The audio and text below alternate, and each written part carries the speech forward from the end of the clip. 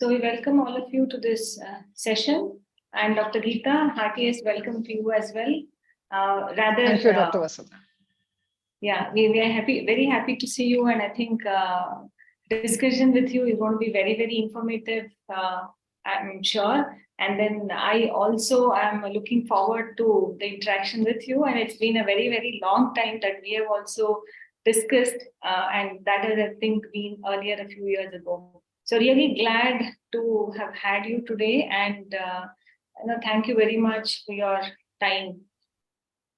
So at the outset, I would like to introduce Dr. Geeta to all of you. So Dr. Geeta Apachu is a psychologist, a very senior psychologist, and she is heading Parental, which is her organization. So she's a clinical psychologist responsible for counseling, diagnosis, and psychological intervention. And what is very, very highlighted is her educational qualification, with her bachelor degree in psychology in honors and her master's in psychology with specialization in clinical psychology, and a PhD in psychology with the area of holistic health psychology, which is very close to what Vivekananda Health offers. And her postdoctoral research is in collaboration with NTNU, which is the Norwegian University of Science and Technology, Norway. So this itself tells us the large experience which Dr. Geeta has, and we are very sure that all of us are going to learn a lot of things from her, a lot of information which we will be using it for ourselves and for the society needs. And this is how we have to reach out and understand more about this subject which we are discussing today. And it's specifically talking about coping in teenagers. So, and this is specifically addressing the teenagers, because we see that this particular season, I would say, is largely focused on them between say 12 to 17, 18 years. They undergo a lot of transitions in their student life and their personal life as well, personally as well, which is what is very, very specifically being addressed today. And Dr. Geeta definitely is an expert, because she's developed and applied a lot of measures to assess both stress experienced by individual and the internal and external resources available to cope with stress. This is what she specifically works on, and she's an accomplished teaching faculty and dedicated scholar with more than 15 years of qualitative experience in mentoring and teaching psychology to graduate and postgraduate students. She's an effective communicator. I've seen that very well, and with excellent relationship management skills, and she has honed analytical problem solving and organizational abilities. Dr. Geeta also conducts a lot of programs, training programs at a personal level, interpersonal, for improving interpersonal competence, leadership skills, stress management, and other areas of human dynamics. So she has been providing counseling and psychological consultancy to people in need. And we are also glad that we have been working with Dr. Geeta from Vivekananda Health Global. So Vivekananda Health Global is a chain of integrative medicine centers where we exclusively work on integrating Ayurveda, yoga, and naturopathy. And this is how we integrate with different experts and bring their expertise for better patient healing. And we all therefore want to work towards personalized and individual care for better health to people who reach out to us. So with very short introduction of Dr. Geeta and of the program, we would now initiate certain questions which we have already received, and we will get into a discussion mode. So the whole next about 50-55 minutes are going to be so that we'll first have a short, brief talk by Dr. Geeta, and then followed by that, I have a set of questions for her. We'll also have an interaction. After that, we'll also open the forum to questions from all of you, who I'm sure are very eager to ask your set of questions. You can please type your questions also in the chat box, maybe after some time, not now. We'll take up the questions and also try to address all your questions as much as we can.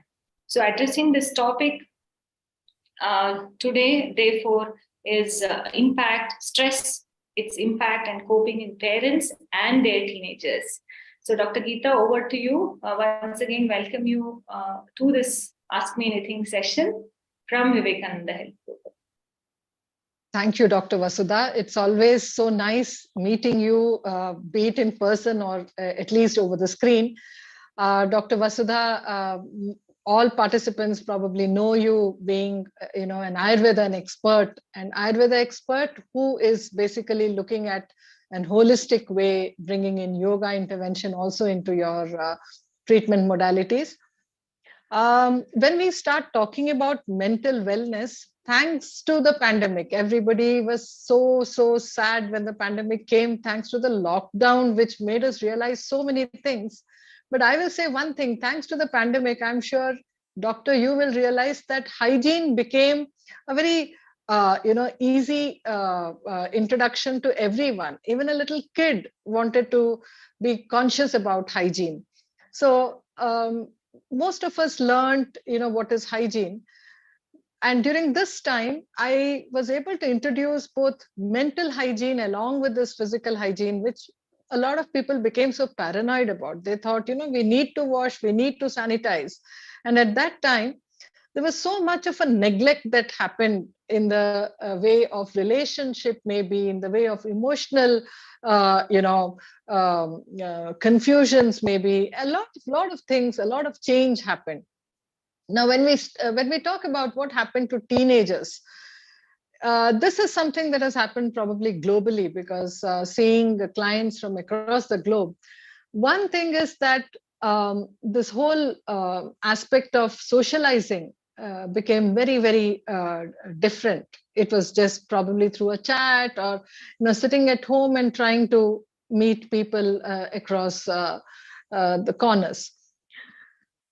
Teenage, when we talk about this, I'm sure we will not have a teenager who will probably join this session, but I have seen something wonderful happening in the way of Swapreran or a mental wellness clinic. I've seen that clients who are teenagers mention at home that I want to go visit a psychologist. So does that mean that parents are not able to understand or listen? No, well, that's not at all the fact. But then I have seen that this kind of knowledge is something that a teenager also wants to go sit down and take professional support and help. How many of us believe that in spite of me being a good math teacher or a good Kannada teacher or a good Hindi teacher, at least I can teach my child? We believe that, no, let this child go and face a teacher, a tutor, and get mentored better, especially now when it is the 10th standard or 11th or 12th standard. This time, it is also important for us to realize that this is just what happens in a psychological counseling session. Most parents have also said one thing: when I say something, why is it that my child is not wanting to listen, not wanting to understand or obey? But how come when we take him or her to a professional, what is his difference? Why is it that now my child is able to follow and connect? So this is basically where we talk about two things. One, mental wellness. How do we introduce this whole concept into a child's mind? Because this wellness is something that we need to experience. It is always a very individual thing, right? And when it comes to mental hygiene, this is something for us to constantly start using, because we have to maintain our own hygiene. So when it comes to mental hygiene, no amount of constant, parents monitoring, telling their little kids or their teenagers or even young adults. In our Indian society, we parents don't even stop telling our kids even when they have grown up to become young adults. Why is it that they need to develop their own awareness of their own mental hygiene? This is so important because when we tell as parents, when we suggest, when we start advising, then basically it is always at a very, very superficial level of understanding. But when the person, the teenager himself or herself is involved in incorporating, then a big difference is this teenager starts experiencing and enjoying the experience. So mental hygiene can also be enjoyed. This is something we try to bring into awareness of a teenager. Well, all participants who are listening today, I will want to say this one thing which I have constantly said in my past 30 years. I have constantly said one thing, that there is no one kind of fit all socks or program when it comes to what should teenagers do and what should parents do. How can we basically make the home a very harmonious one? I'm sure every family is doing an amazing bit. I'm sure every family enjoys their own ways in, involving their own culture, their own ways of bringing about this harmony, their own ways of, the milestones of development in their children is something which every parent is enjoying. But then it is always, let us remember that it is always very specific to each teenager, each individual child that is in question. We cannot talk about something very generic. And hence, today, I think our society is much more, sharper, much more aware, much more aware of so many things. Like, let's not compare our child with another child. All these things is very well known. And today we are talking to a very, smarter group of parents too. Well, our teenagers are even smarter. So where is it and what kind of issues can develop and what kind of hygiene are we discussing? See, one is if there is a problem and how do we actually address the problem. But another thing is that can we constantly harp on, can we constantly discuss about every teenager developing something referred to as mental hygiene? What will it do in future? It is basically just going to support one's lifestyle. It's basically just going to make life more meaningful. So in order to start this, I'm sure everyone must start thinking in the lines of mental health and mental hygiene. Most people, when we start using the word mental itself and mental health, then it's always taken in the negative. It's always thought about, okay, do I have a problem? We've moved a long way, of course, no doubt. We've changed a lot. In fact, today it's no longer said that, am I mad? Why do you want me to take me to a psychologist? These statements have, refreshed and has been reframed several times. Today, we do not have people thinking that, okay, I think I have an issue. While there is also another side, I see a huge group who basically sit down and go to their Google doctor and start believing that they have a whole lot of problems. This also becomes a very, very uncomfortable thing by the time they reach a clinic. So one is about overindulging with their, level of hygiene that they need to start, and the others who completely deny and who completely believe that this is not for me. I don't have an issue. So is it about having an issue? No. It's about developing something which is referred to as a support or the best mechanism for good life. That's what I will say. Teenagers are this group who are, in this stage of transition, right from their physical self to their social self to their emotional self. Everything is in their stage of transition. They've just moved out of this very carefree childhood period, and they've not yet moved into that adulthood period, where again there is another sense of responsibility. But today, if we talk about the society 2023, in fact, since a decade, we will understand that every teenager is given freedom and responsibility. We no longer wait for them to grow up and become adults. Today, the society has moved so much more ahead in times of doing both negative and positive when it comes to this group of teenagers. They are no longer that naive that they can be treated as children. And sometimes they wear, extra large shoes, which is not good for them.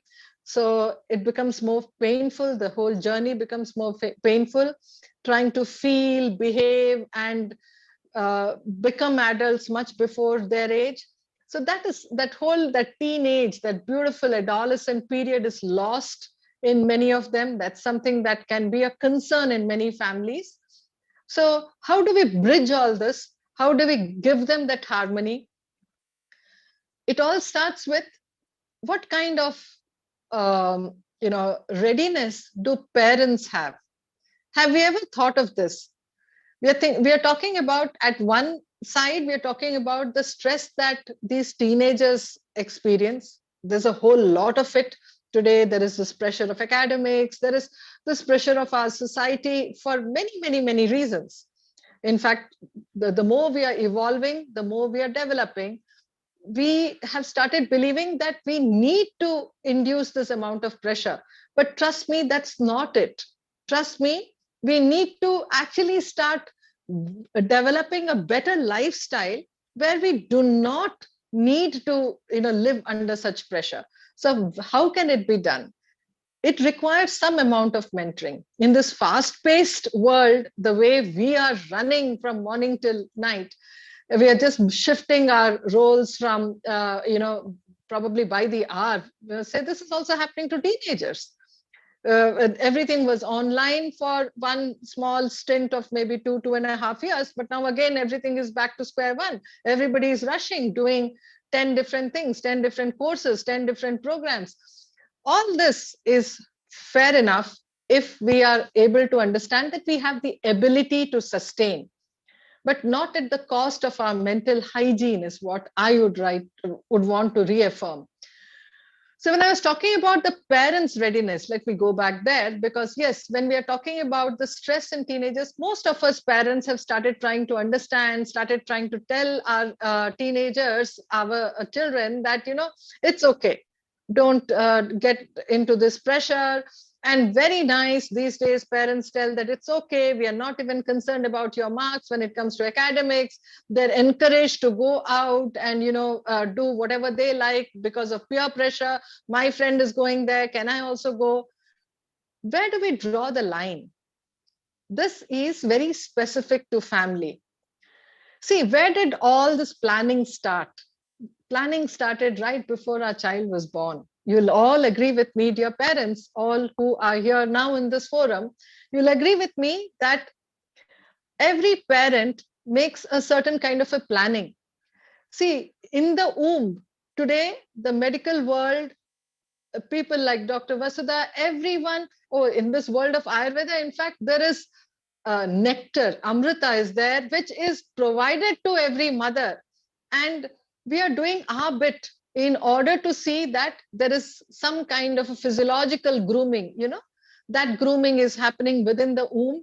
So our child is developing well, developing in the normal milestones of growth, intellectually growing sharper. We have so many remedies for it, thanks to the world of medicine. How many of us have realized that we need to also prepare ourselves and prepare this little one right from the womb to develop emotionally? And that is so important, to have this mental health and hygiene. It's so important that these children can definitely feel more grounded, more in control of their own emotions.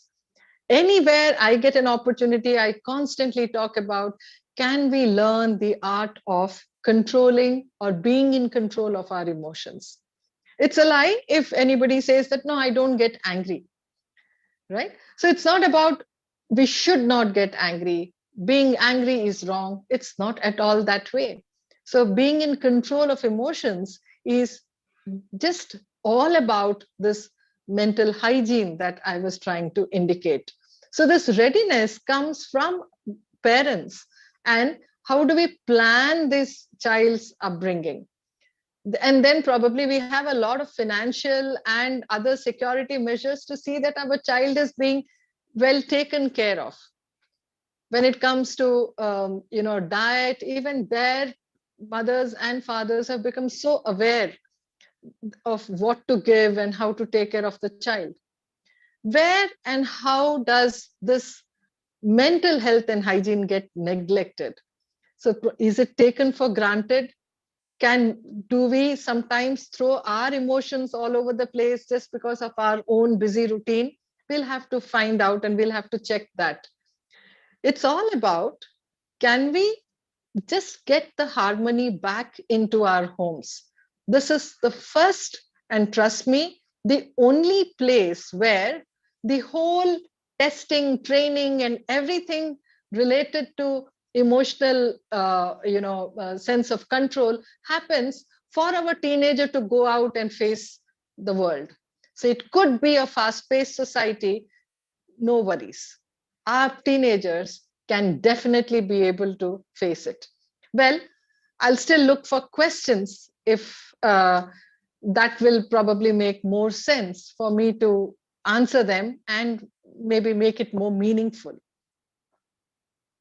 Yeah, thank you, Dr. Geeta. So I think what you exactly told, is very, very crucial. So being in control of our emotions, and yoga talks a lot about this. We talk about emotional culture, and we have a lot of practices which also bring in this emotional culturing within ourselves. So people have to really understand how this can be adapted and what all is first of all available. Many a times they think that it's just a counseling is an option or just yoga is an option. May not be. It is a very holistic combination of the available interventions which can probably give us long-term solutions as well. And the point you made, which talks about the small thread, which is especially in a house where there are teenagers, we see this. And presently I have a teenager at home and I'm experiencing a lot of things which I used to hear. So my son is almost 15, but what happens is this obviously teaches a lot. I think one thing it teaches is it also teaches us to get a lot of patience within ourselves, because if we lose our calm, and I think it is very, very easy to see that impatience in probably 2x in our child who is the teenager at home. So here, when we look at these changes in emotions, we also know that there is some inherent physiological change which the boy or the girl is undergoing. So, Absolutely, would you like yes. to highlight and say why are they really vulnerable for this psychological stress? Yes. So, like I was talking about this period of transition. Now, this transition basically is happening in every structure, right from the brain to our physiology. This change in the physiology, the hormonal changes, essentially does play and influence the emotional mechanism too. Since they're all interconnected, what we need to do is we need to sharpen their intellectual capacity in terms of emotions, because there is an emotional intelligence. We need to sharpen their social capacity in terms of tracking their social intelligence, getting them to the right perspective of what could be best for them in terms of social intelligence. Similarly, for apart from emotional and social, similarly, even their physical self, when we are talking about those physiological changes, this is the time when they need to have clarity in terms of even spiritual intelligence. This is the time when we need to not just include, but introduce it to them in the manner which is convincing for them to buy. And whatever they have bought, because they are convinced, they need to start using, applying, and seeing how it is taking them forward. So one is that they need to experience what they are learning. They need to experience this. Just being aware is not enough. And hence, I will say that this period, during this period of adolescence or these teenagers, what they're experiencing is, during their hormonal changes, they're experiencing a whole lot of shift. And this is the time when they need to develop a habit of one, right from being calm to learning how to develop their various other skills in order to have that competence to live in the society. It's a very individual and a beautiful, slow effort of every teenager during this period. What I will say is that the best backup is given by parents by having just the right attitude. A long series of lectures is definitely not required at that time. Like you said, that when we can raise one emotion, it can be 2x in them. It's so right. I can understand what you must have seen in any teenager, not just your little one. What I would want to say is that here, are we also not having a kind of shift? Because when is it that we have a teenager at home? It's generally at this vulnerable age of middle age. We parents also need to see that we are also going through a transition, be it in professional transition, be it in our own physiological transition from a young adult to the mid adult range. There is so much that we need to also work with our own selves. So when we start looking inwards, it becomes easy for us to develop this ambience of having the right attitude. And trust me, this is something that is definitely going to work in every home. It's not about losing it. It's all about becoming aware and just developing an attitude. If we start developing the habit of getting angry, then you will find that we are constantly losing it. And that is where the friction can start. I'm just giving you an example. A friction can start between mother and son, or mother and daughter, or father and son, father and daughter. It could be any parent, but I'm just telling you that, or it could be both father and mother and the children. That's, another loud noise happening in the living room.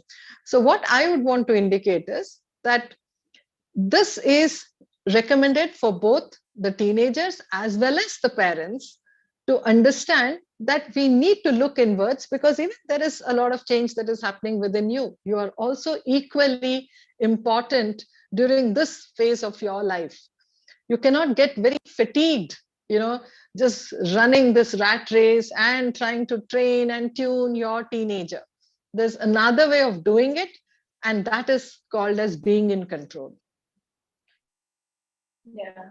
So, I think I agree with what you said totally, especially when it comes to keeping our level of emotions in control, because we understand why we should control, and we also probably understand with experience how we can control both ways. But it's, in this whole process, I think as parents, many of them will also have this problem of how do you discipline a child, especially at 10 you feel, oh, he's too young, okay, this will happen. At 12 you feel, okay, he's getting a little more older, she's getting a little more older, but I think she will learn on her own. But then at 13 you really don't see so much of discipline coming in. So maybe at 15 you still don't feel the discipline you wanted to see in your child, but he may be disciplined. So there may be different perspectives to the understanding. So maybe a small suggestion from your side which says, how can we help better discipline in a child? I see. So when we talk about discipline, it's just one thing. There's nothing like better. There's nothing like differences. There is discipline or there is no discipline. There's just two ways about this whole concept called discipline. But do you agree that even when we are discussing discipline, there is the add-on of our own culture, our family values, so many things that come into picture. Within a family, you will find that the meaning of discipline is also specific to certain things. There is a certain discipline when it comes to gadgets, gadget time, TV time, so many things that starts. And it starts right from childhood. It was very nice of you to bring in the idea that when we parents are looking at something referred to as in the lines of indiscipline, for me as a parent, it is in the lines of indiscipline. But I feel that, okay, he's a little one or she's a little one, it's okay. When he or she grows up, it should be fine, or I will correct him then and there. But you know what? These little kids have developed a habit. And then when it is in the teenage time, we suddenly expect and we start, dropping huge bombs of techniques of, hey, this is wrong, that is not right, this is discipline, you are so indisciplined. Where is it coming from? It's coming from habit. So should we allow habits to be formed? Some things which is not approved. Like I said, it's a very, very culture bound, family bound area, which is not very generic at all. We cannot talk. I cannot talk about my value system here. I need to respect what parents believe and how they want their child to grow up or their children to grow up. So, having said this, shouldn't it be a very beautiful way of, see, when we talk about feeding, then we understand that the quantity cannot be that it increases consistently through age. We understand that even today, diet is constantly spoken in terms of being hungry, being fed adequately, or being fed the right kind of things. So there are foods which is referred as breakfast food, lunch food, dinner food. Why is all this given so much of respect in every home?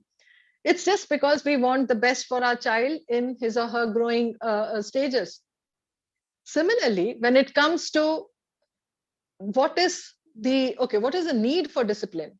When it comes to what is this discipline that I want my child to imbibe, then it is the same way. We'll have to, draw a long track where our child should just walk this track and should understand that, hey, this is my family system and my family values. So disciplining cannot be sudden when I feel that now my child is grown up and so I have to run behind him or her with a stick. Well, today parents do not do that, but they sit and feel miserable that, oh, my child is not able to understand when I'm trying to discipline him. But it is not that way at all. You don't have to do it that way. You need to basically, even here I'll use this word attitude, the attitude of parents and how the system is at home. We call a home system, just before we started this session, I was just talking to you, Dr. Vasudha, that how I just moved from one room to the other and I had to make certain arrangements. And I don't like this arrangement. Why? Because I'm so used to a very nicely organized space where I sit and I talk. I have a nice mounted stand. So here now, this discomfort is constantly there in my head. So if such things should not be there in my child's life, then we need to have right things in the right place. We cannot have it all over the place. Similarly, even if such a small shift is bringing about a kind of disturbance within me, like I was just telling you, moving from one room to the other and not so happy and comfortable here in this screen space, our children must be given to understand how much we value what we have, bought and developed as a family. We buy every small thing in order to make a materialistic world, and we buy every strong belief in order to make our mental world. So our children definitely must be part of this culture, that home culture. So we do not have a extra chapter called disciplining because it can just form consistently through the years of growing, and it cannot be a sudden shift where in childhood we believe in pampering, and after that suddenly in teenage we start becoming very strict and stringent with, no, now this is not allowed. Or I have certain kind of systems, and I don't want my child to have those systems. These things will definitely cause, because they are our own, and they will not mince words in questioning. So they'll say, but if you can do it, why can't I do it? So is it a part of discipline or not? And you will find that there are so many things where the child learns that, okay, there is an age where everything can be done. So all this, how does it come? It comes from transparency at home.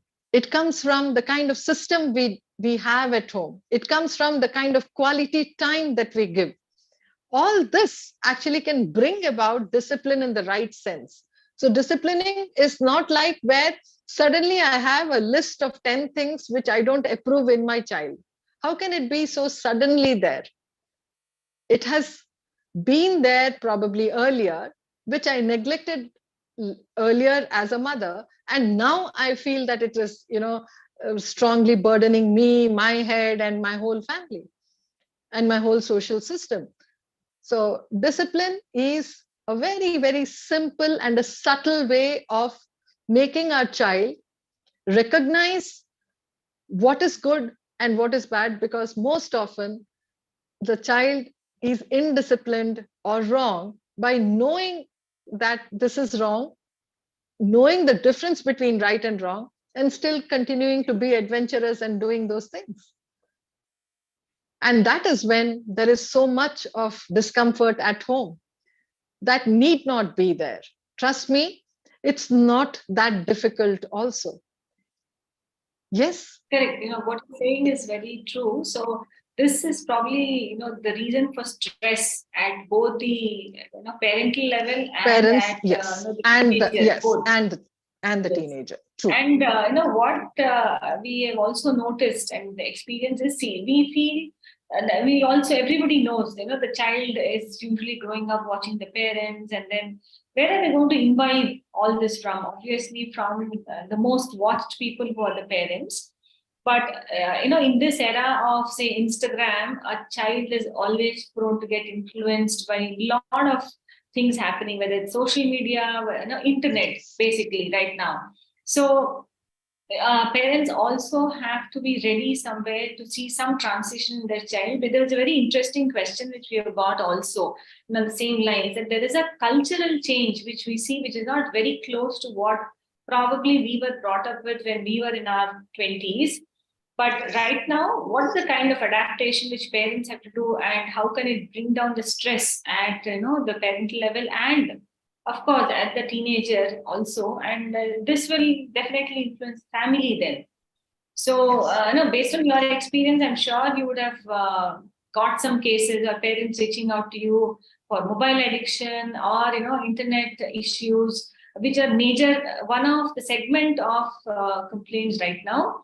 But otherwise, also, if you look at lower level issues, then you see this probably picking up as one other, I would say, an NCD, which is not a non-communicable disorder, but it's a very highly communicable disorder. So, any points to add there? Yes. The first and foremost thing is, when it comes to the media, any form of social media, one is about the using, second is about dependency, and third is becoming an addict.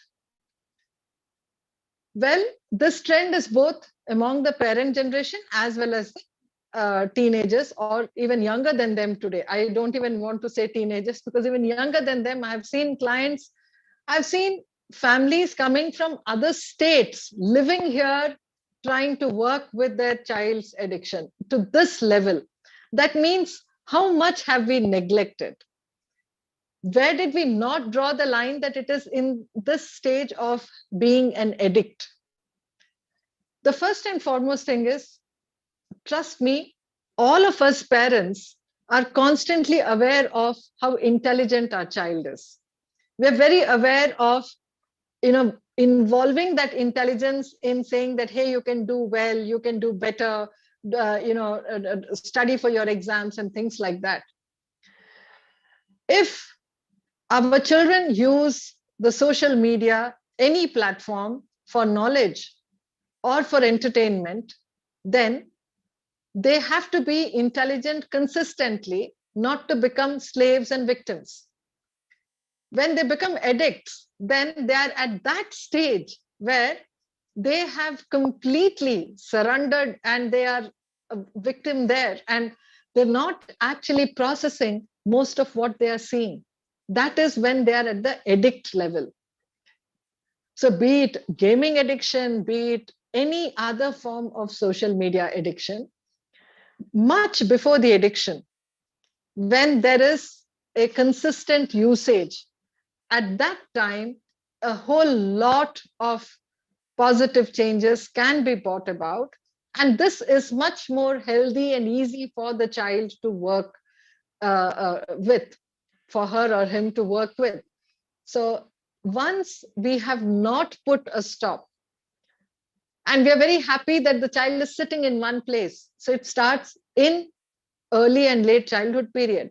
Child is sitting in one place. We feel that, oof, not disturbing anybody, and such things. And then later, we don't want the same issue happening. We are so irritated. Why is this child consistently and locked up in his or her room? Today, thanks to everybody's financial growth, everybody has decided that our children must have their own individual rooms. And in this, there is enough space for me to lie to my own self and to lie to the world. Because if I'm very aware of what I'm doing, even a teenager, even from the age of 13 onwards, every teenager is able to understand that I have been excessively using this, whatever platform. I've been watching a series, I've been doing it excessively. This is something that can come to anybody's mind, just like how children can say, I'm tired of studying during exams. They become aware of it. I'm tired, I've done too much of mathematics, I've studied too much of this. When they can say that, it's the same thing, that's the same intellectual process that is working in order to say that I've been watching this too much. But then why do they sit and binge? It's the same, similar kind of a concept which most parents can understand, that a child will say, I'm full while eating a very nutritious meal, but can constantly keep eating packets and packets of, let us say, wafers, potato chips, or something like that. So this binge eating, binge watching, is it that the child is not aware of? There is a very strong sense of, I need to stop. That discipline that I was talking about, which if it is inculcated like a habit, like a practice, then you will find that children know when to stop. They like watching, they do it openly, not in the hiding, and they also know when to stop. That's a very beautiful way of growing. Let them have some kind of fun, a little amount of entertainment. They know what they are watching. They will not go to those uh, uh, programs and those kind of shows where they know that, hey, this is a lie. Why do I want to even sit down and see something that is so nonsensical? It doesn't make any sense. Today, a lot of teenagers are so aware that watching pornography is just rubbish, while there are so many of them who are addicted to it. Most parents don't even know that, because they don't even talk about all this in the open. So talking about anything that is healthy, unhealthy, and what is done for a small pleasure and comfort, what is a bad habit, if once it is brought into awareness, I'm sure it becomes easy for a child to use his or her intelligence, a teenager to use his or her intelligence and get out of it. Correct. No, very valid point. And I think we should learn not to apply too many filters with our children. And we should also give them the confidence that, okay, if you have a problem or if you want to share something, we're always there with you.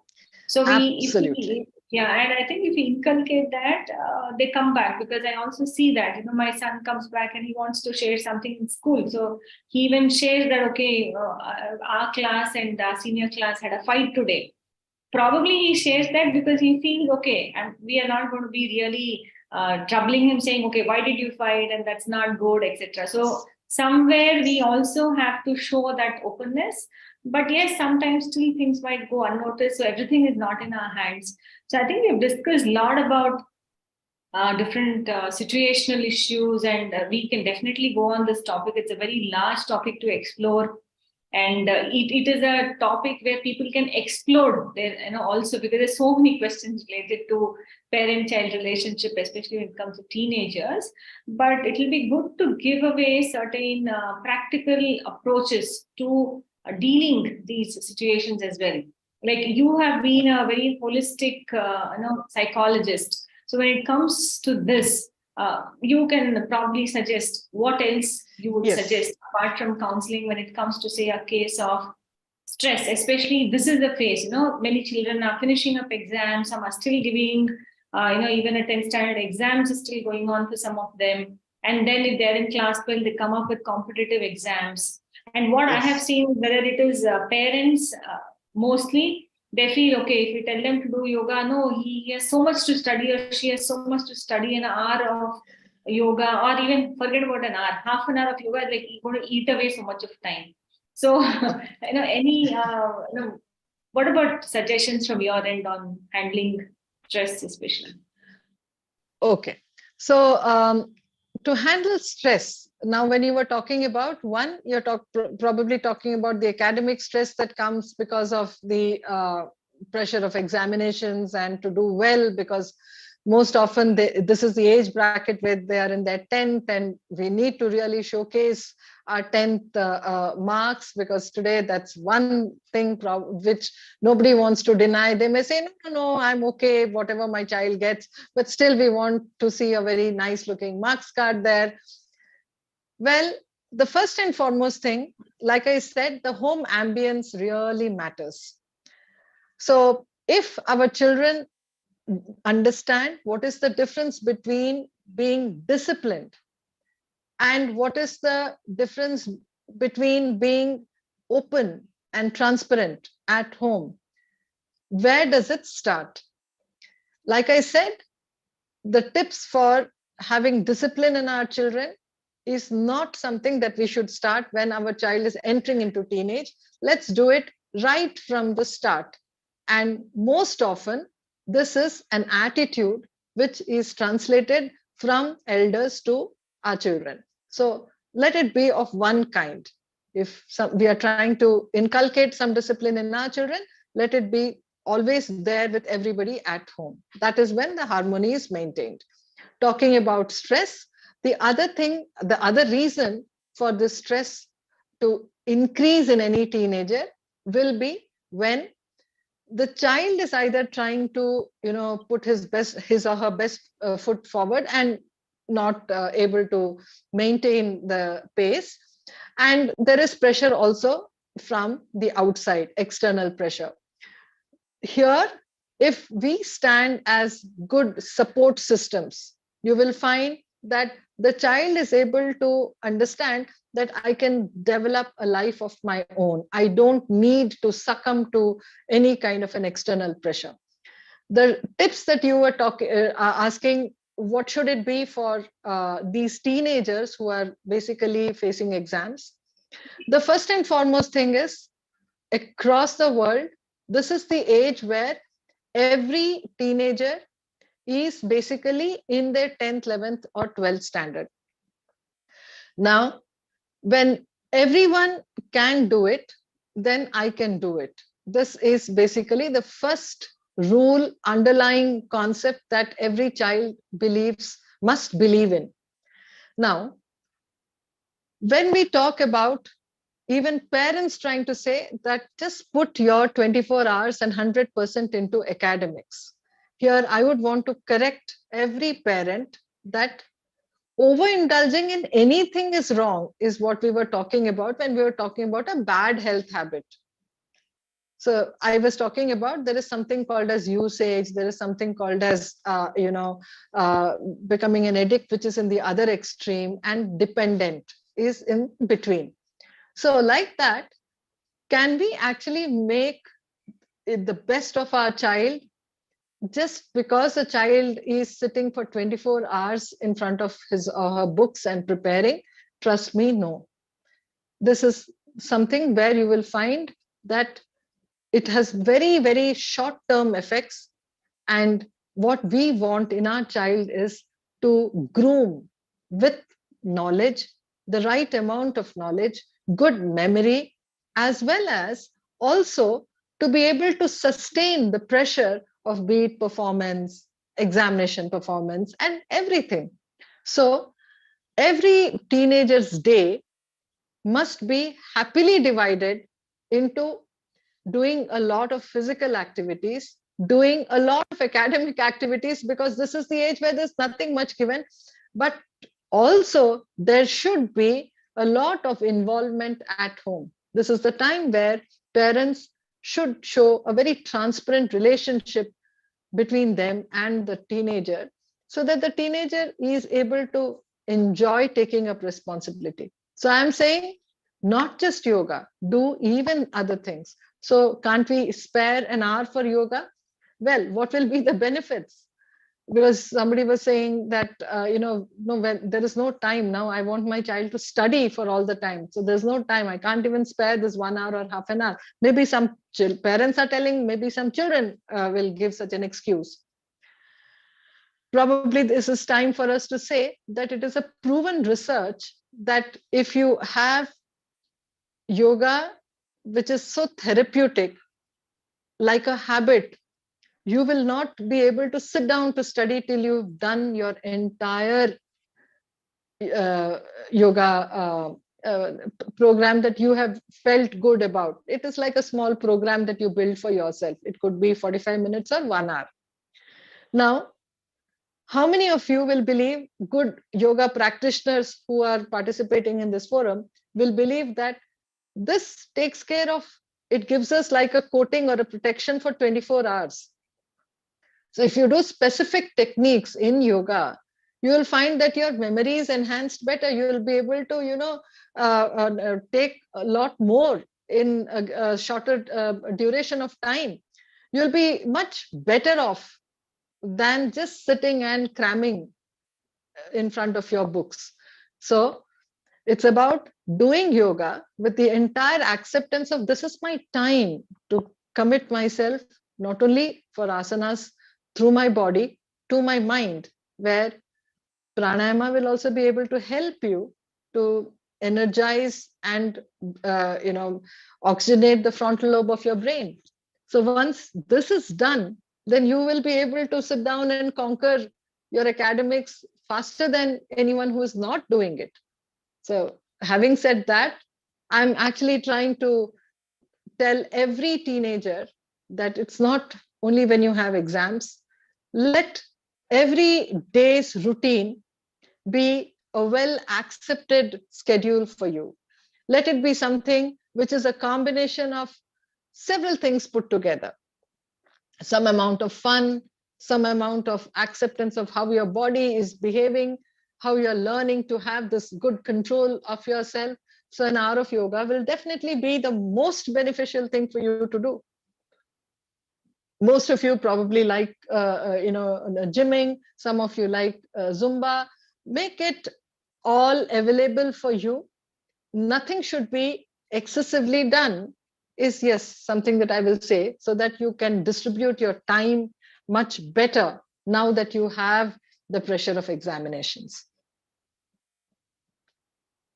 Yeah, and likewise, sports, as we have seen. So I think it's good to encourage children to play any sports which they like. It could be cricket, football, and lot many. And it can be a recreation, or it can also be a professional stream. So many of them have this confusion: if they're good at sports, should we allow them to get this, or should we allow them to continue racing through the exams? So at every level, parents have to really demarcate and try to understand the potential of the student, and then probably take decisions, keeping the students or the child's perspective also in mind, which many times we probably forget, that we think, no, he's too young, and probably we decide for it, may not work all the time. So any nutritional suggestions, Dr. Geeta, for this age group? The first and foremost thing is that the involvement of junk, does it happen only in the start of teenage? Then trust me, what we have done as parents is we have hidden all the junk from them. Let's expose and provide an experience and exposure of all kinds of food and discuss what is good and what is bad. I'll give you a very simple example. If there is a home where at least 4 times in a week food is bought from outside, trust me, children in such homes, they do not find taste for food which is cooked with more nourishment and nutrition at home. But even this is a habit. Like I was telling you, everything are formation of habits. If our children are very used to, we develop a habit of giving them home cooked food. Yes, it's our responsibility to make it well, cook it well, but home cooked food, then you'll find that their ability to manage a good balance between when should they eat and how much to indulge in junk is something that they are very aware of. They are so not just smart, but they are so correct in their way of, taking care of themselves. And a big group of teenagers know how to do it. I'll proudly say that. But having said that, when we talk about nourishment and nutrition, this is not the age. Right from childhood, as parents, we should take the responsibility of introducing everything that is healthy and nutritious into our child's diet. This is which will bring in the idea of it's nice to eat. Children must enjoy food and they must believe that in everything they can find something nice, something good to enjoy the taste. Otherwise, we have a big group who will say things like, no, in vegetables, I don't eat this. So I'll ask, okay, what are the vegetables that you eat? And then they'll talk about just the 2 vegetables. And do you know that we have parents who just cook these 2 vegetables at home, saying that at least then he will eat it or she will eat it. So haven't we made our mistakes? I think that's where we go wrong, because let's introduce our kids to everything that is healthy and nutritious. That is definitely something that is going to bring about a good knowledge of, enhancing taste buds, enjoying different tastes. And another thing, when we talk about nutrition among teenagers, please let them be involved in making something which is nutritious. Let them also try to connect with us and explain about what they're trying to do and how they're trying to do. Again, here, well, it's not something which they will be wasting time with, but trying out these things is going to be the best encouraging way for them to start taking interest in this aspect of life. Nourishment and nutrition is always something that is interesting when it comes to diet. So it has to always be interesting. It cannot always be very boring because it is always only about nutrition. So let's encourage these teenagers to do a lot of things themselves, both boys and girls. Today, they're so nice. I know a big group of boys and girls who like going into the kitchen. They say, I do it when my parents are not around. Why? I think it's required that we should tell them that, hey, good, if you're going to cook for all of us. But we parents, if we are trying to say that, no, go study. Let's make a schedule so beautiful that it is well balanced through the day. So now we know that if our child is in the kitchen, then fair enough. This child is decided that this much time I'm going to spend. So one is that in our culture, it's very nice that we mothers always want to, we are very giving. We always want to see that we've provided for our children. That's a beautiful approach. But then let it be that our children are able to understand what is in this giving, what is happening in this transaction. Let the relationship grow much more stronger. Let it not be taken for granted. And how does that come from? That comes from the transparency that we can maintain, which I was talking about, that harmony at home. This is most important. And in teenage, you will find that we don't even have to talk in loud voices. Everybody is trying to comfort each other. And that's when we understand not only our own emotions, also understand others' emotions. So there are 4 things actually in emotional management. So when one is about becoming aware of our own emotions, and becoming aware of others' emotions and trying to manage our own emotions and trying to manage others' emotions. And it starts at home because we have very small, there's not much traffic, no? We have very small nuclear families, in fact, these days. So when we are a super hit here at home, trust me, outside, we are just superheroes, our teenagers. It can be very, very nicely balanced, and they will not be in any kind of a trouble. But yes, if at all they have any kind of an issue, parents, we need to first understand them instead of being judgmental. Secondly, try and see that we do not give our perspective. When we were of your age, this is what we did, because that is not going to work. And another thing is that if you yourself have a doubt, then trust me, please take professional help, because then you'll find that you've just, that stitch in time, you've just nipped the bud, and we've not let it become a huge issue or a huge burden. It's not going to become an emotional trouble. So that's all about that mental hygiene that I was talking about. It has to be consistently there. So how we take care of dental hygiene, for example. Similarly, it's an everyday affair. So mental hygiene cannot be now because it is teenage, now because my child is becoming very rebellious, getting angry at the drop of the hat.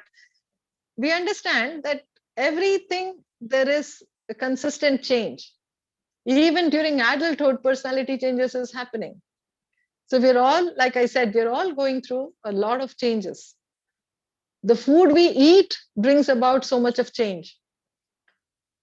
You'll all agree with me that some food can make us extremely restless, some food can make us extremely fatigued, and some food can make us, more energetic and active.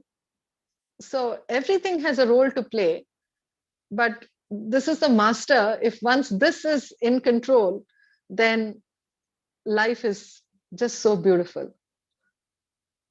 Yeah, very beautifully woven thoughts, I would say, Dr. Geeta. And in this whole in the last 1 hour, I think we've even overshot 1 hour. So a lot of takeaways, especially on the problems we face, and we've openly discussed. Many of them are agreeing, and there have been two questions even in the chat box talking about the same. I think both are related to discipline. But one is saying that, okay, he was 8-year-old and we thought, we continue disciplining. He's 14, but there's still no change. So will he change in future is the question. Okay. So probably you're talking about a specific issue. And here I will need to say that let's address it again specifically. I don't want you to discuss it in an open forum, irrespective of whether you give your name or not. But this is very specific to your child. And when you're talking about, you've been trying to conduct him or her in a certain manner, right from his or her age of 8, you said. And till now you haven't seen the change. My suggestion to you is that you'll have to make the right identification of what is going wrong and where is it that this child is not able to connect with what you are trying to say, and what and how much he or she is not being aware of. If you're not able to manage that at home and it is becoming a concern for both of you parents, then please take help, because I don't want you to feel miserable about, hey, my child is not having this particular aspect of discipline that you're talking about. I can understand it's probably related to one or two specific kind of behavior pattern or habits. Yeah, it's at similar lines. There's another question which is talking about discipline, but for a good reason. They're trying to check if there can be a comparison made. If somebody is doing something good in disciplining himself, like doing sport activities or yoga, can they take that particular action which the student is taking up to compare with his kid who's probably not doing up, just to inspire? So do you think this is one of the right approaches, or not so?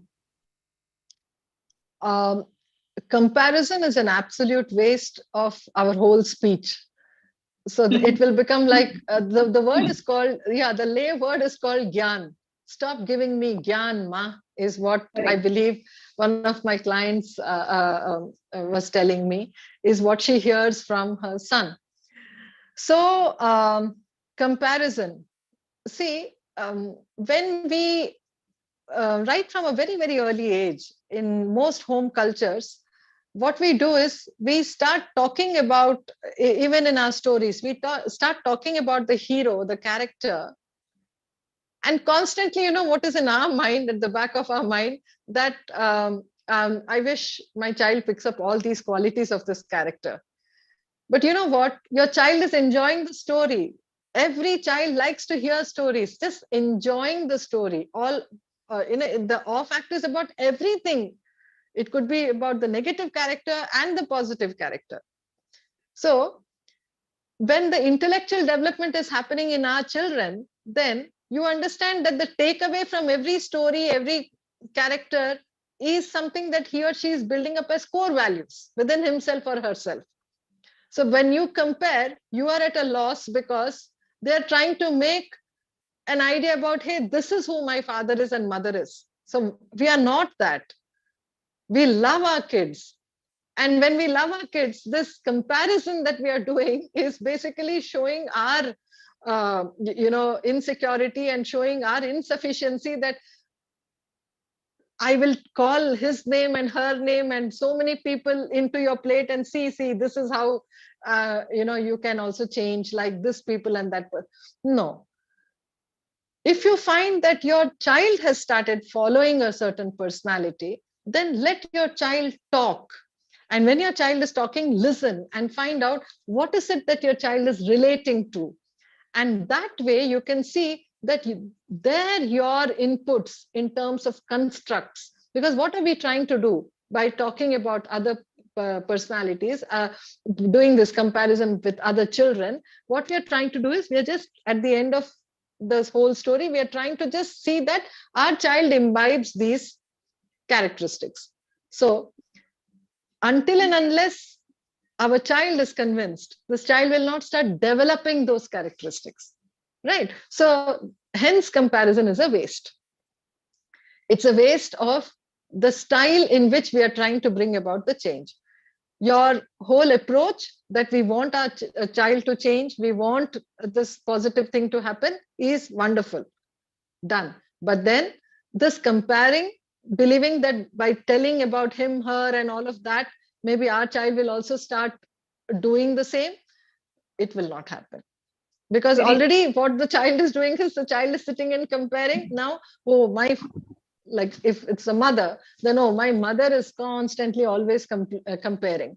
So already, it has shifted and moved out of those important people whom you were trying to highlight. So highlighting somebody as important is not required in the entire process of developing or grooming our children. That is not required. And also children, when you talk to them, you clearly see that they are not very interested in what you're saying when you try and compare them to somebody else to them.